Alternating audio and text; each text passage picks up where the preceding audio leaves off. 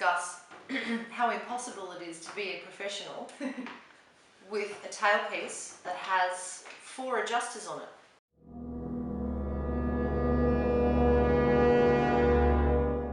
Okay, the bad narrative is not already clear is that having a tailpiece with one fine tune is more professional. Yeah. A professional setup. It's total crap. It's total crap. Having this 4 adjuster tailpiece has changed my life in a positive way. It's just more professional to have one fine tuner. Is it?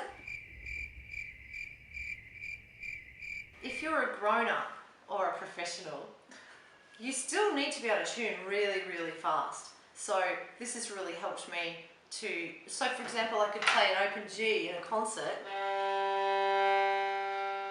realise, oh my god, I'm a bit flat.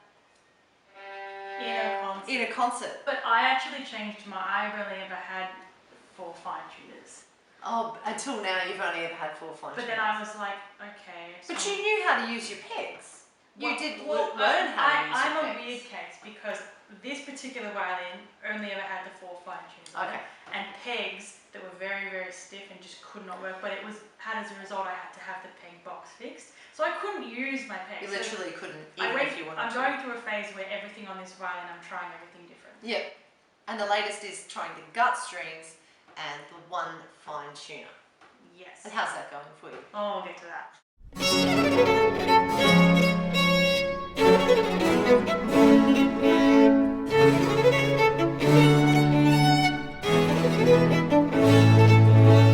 You're constantly, Well, it's an organic material I'll just inside. play a couple notes and they'll be very nice. Yeah. They'll be a really great, warm sound. Yeah. Good gut strings. Yeah, They'll be deep, able to tune. grainy in a good way. And Yeah. they will be out of tune. Yeah, so that's they'll right. retune. So half of my lesson time. Yes, tuning. There's a few people at my workplace who have 2 fine tuners on the A and the E. I'm not sure if anyone has the 4. I think I'm, as usual, the only one with a particular thing that's considered studentish, but I don't care because it's a practical reason to have it for me. So I'm glad I'm not one of these people that cares what other people think so much. You know, like you try and think about everything, work everything out with information rather than just what other people tell you. The modern fixtures, I mean the chin rests, there are so many different chin rests I that you know. can get. I went through a phase. This is where it comes to as a student. This is what it was on my violin. Okay, I didn't know you could really change stuff. Yeah. I now look at it and go, I can't have plastic on this old wooden Baroque design. It's really modern or not modern. Yeah. So I've gone even worse, and that's your fault. Yeah, well, we cover all that in a different episode, and I'm considering calling the episode Violin-Shaped Nightmares. Students don't consider setup. They're just handed instruments. Yeah. Or they buy them and their particular strings are on there. I used obligato strings for the longest time. They're great strings. But I didn't even think about trying a different brand. Yeah. Now every time I put a set of strings on, I'm trying something different. Yeah. I know what I like, but I want to find out what I don't like. Yeah. They don't consider maybe changing a tailpiece over. I know people that have no fine tuners on a modern. You ever thought about what it would be just to put 1 on? Yeah.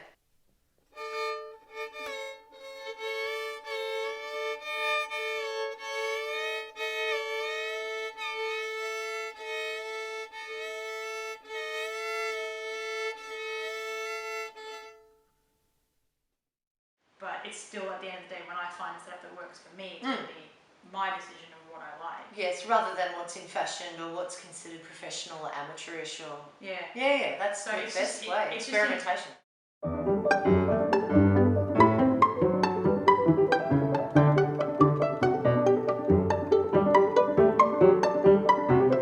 Yeah, I think you've transformed this instrument. Not being in a position to get a new one in the past, you've gone through every single thing that could improve it, and you have improved it. And for me, the biggest difference of all is the way you play in combination with these particular strings. And so far, that has been an incredible... Well, you've learnt a lot from playing with different kinds of strings too, because different kinds of strings inform how you touch that string with your bow, what you need to do to get the best out of the string. Moving to gut strings, doesn't matter what I'm playing, every single note needs its own attention. Yes. So if you try playing, Mozart concerto, all the little runs. Yep. So if you had strings that maybe speak really easily, Yep. that's great. Yep. But on gut strings, you need every single note, on beat, off beat, down Yep. bow, up, down bow, up bow. Yep. Every single note That's you play right. in a piece needs to have its own And attention. then you realise how much that informs the actual music you're playing, because if you're using an instrument like this with gut strings on it, this is how people in Brahms's time might have had their setup. Not exactly, it's a little bit more modern than that, but the point is the string takes a little extra time to speak. So all that fast music that you can get out really quickly on steel strings or synthetic strings, it can't go that fast. It actually doesn't sound that good.